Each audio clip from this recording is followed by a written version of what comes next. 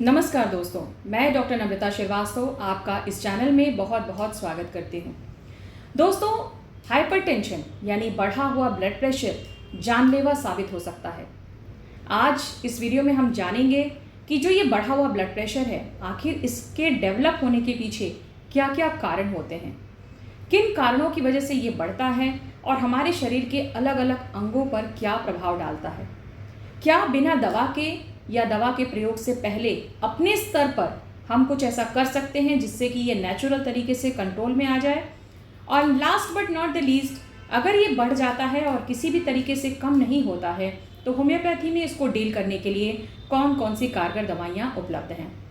दोस्तों, अगर आप इस चैनल में पहली बार आए हैं तो चैनल को ज़रूर सब्सक्राइब कीजिए और आज के इस बेहद इन्फॉर्मेटिव वीडियो को शेयर करना बिल्कुल मत भूलिएगा, क्योंकि इससे काफ़ी लोगों को मदद मिल सकती है।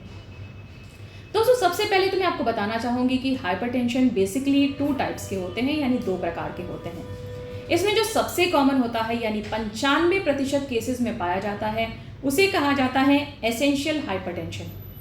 एसेंशियल हाइपरटेंशन का मतलब ये होता है कि इसके पीछे कोई ठोस कारण नहीं होता, यानी आपकी बॉडी के अंदर कोई ऐसी ऑर्गेनिक चेंज नहीं होती है जिसकी वजह से ये डेवलप करता है। बेसिकली इसकी डेवलप करने के पीछे कुछ फैक्टर्स होते हैं, जैसे कि सबसे स्ट्रॉन्ग फैक्टर होता है फैमिली हिस्ट्री।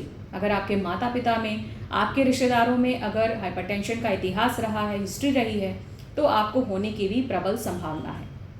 इसके अलावा अगर आप ओवरवेट हैं, आप डायबिटीज़ का शिकार हैं, तो भी आपको हाइपरटेंशन डेवलप करने की बहुत ही स्ट्रॉन्ग चांसेस हैं।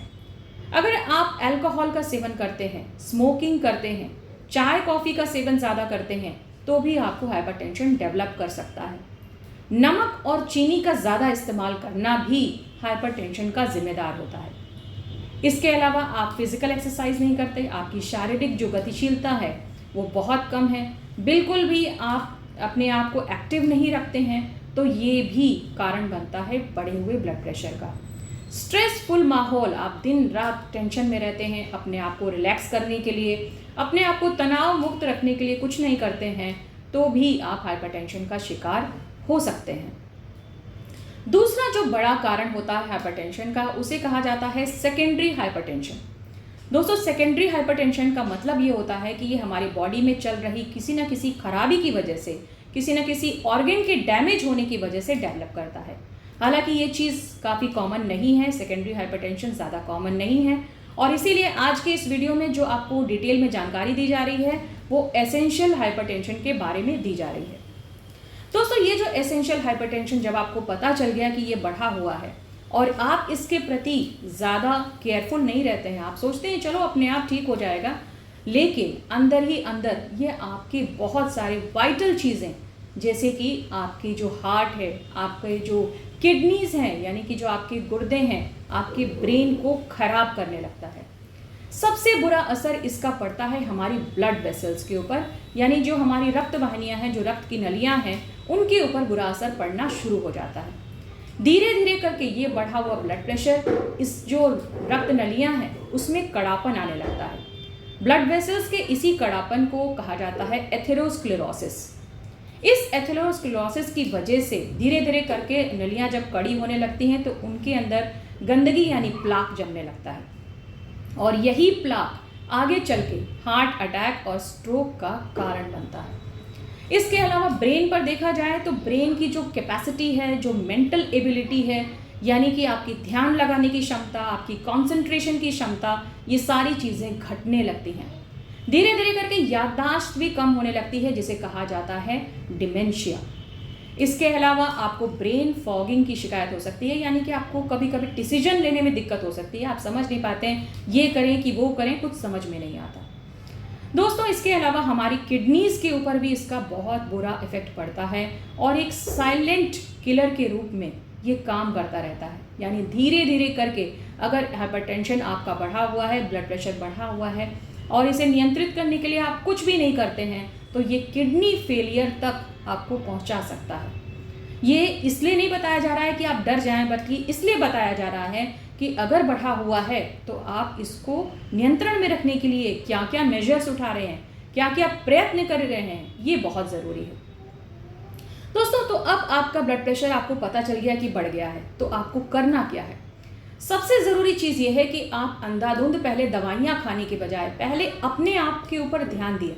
यानी कि ये एक ऐसा डिजीज़ है जिसमें आपकी लाइफस्टाइल, आप कैसे रहते हैं, आपका रहन सहन, आपका खान पान, आपकी फिजिकल एक्टिविटी का सीधा सीधा असर पड़ रहा है। इसलिए जब ये चीज़ें बिगड़ी हैं तो सबसे पहले इन्हीं को ही सुधारना पड़ेगा। आप अपनी फिजिकल एक्टिविटी को बढ़ाइए। कहने का मतलब कि अगर आप एक्सरसाइज करें तो बहुत अच्छा, अगर नहीं कर पा रहे हैं तो दिन भर में जो आपको चलना फिरना है, जैसे मान लीजिए घर में चलना फिरना है, ऑफिस में चलना फिरना है, या छोटी छोटी जगहों पर जाने के लिए आप वॉकिंग को प्रिफर कीजिए, यानी कि आप चलने का जो चुनाव है उसको कीजिए। इससे आपका ब्लड सर्कुलेशन इम्प्रूव होता है और आपका ब्लड प्रेशर लेवल भी सुधरता है। सबसे पहली चीज़ ये भी इसके बाद ये है कि आप अपने खान पान में नमक और चीनी दोनों को कम कीजिए।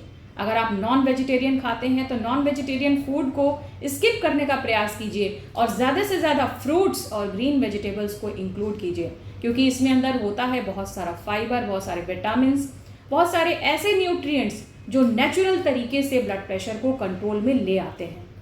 इसके अलावा आप आपको अपने को तनाव मुक्त रखने के लिए जितना प्रयास कर सकते हैं उतना कीजिए, क्योंकि जो कुछ भी होना है उसको भविष्य में टाल दीजिए। आज आप अपने वर्तमान के बारे में सोचिए और तभी आप चिंता मुक्त रह पाएंगे। इसके अलावा ये ज़रूरी है कि चाय कॉफ़ी के सेवन से बचा जाए। डायबिटीज़ अगर बढ़ा हुआ है तो उसको नियंत्रण में लाया जाए, और अगर आपका वेट बढ़ा हुआ है तो उसको कंट्रोल में लाने के लिए आप जितना प्रयास कर सकते हैं उतना कीजिए।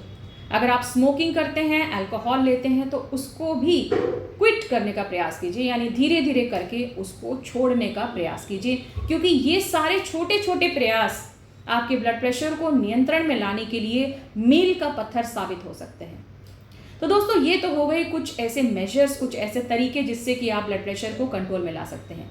लेकिन मान लीजिए कि आपने ये सारे प्रयत्न कर लिए, आप जितना प्रयास कर सकते थे आपने कर लिया, लेकिन फिर भी आपका ब्लड प्रेशर कंट्रोल में नहीं आ रहा, तो अब रोल आता है दवाइयों का, यानी मेडिसिन्स का।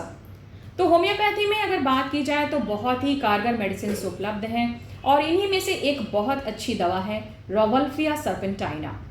रोवल्फिया सर्पेंटाइना मदर टिंचर फॉर्म में इस्तेमाल की जाती है, और लगभग 15 बूंद आधे कप पानी में सुबह दोपहर शाम सेवन करने से एसेंशियल हाइपरटेंशन को कम किया जा सकता है।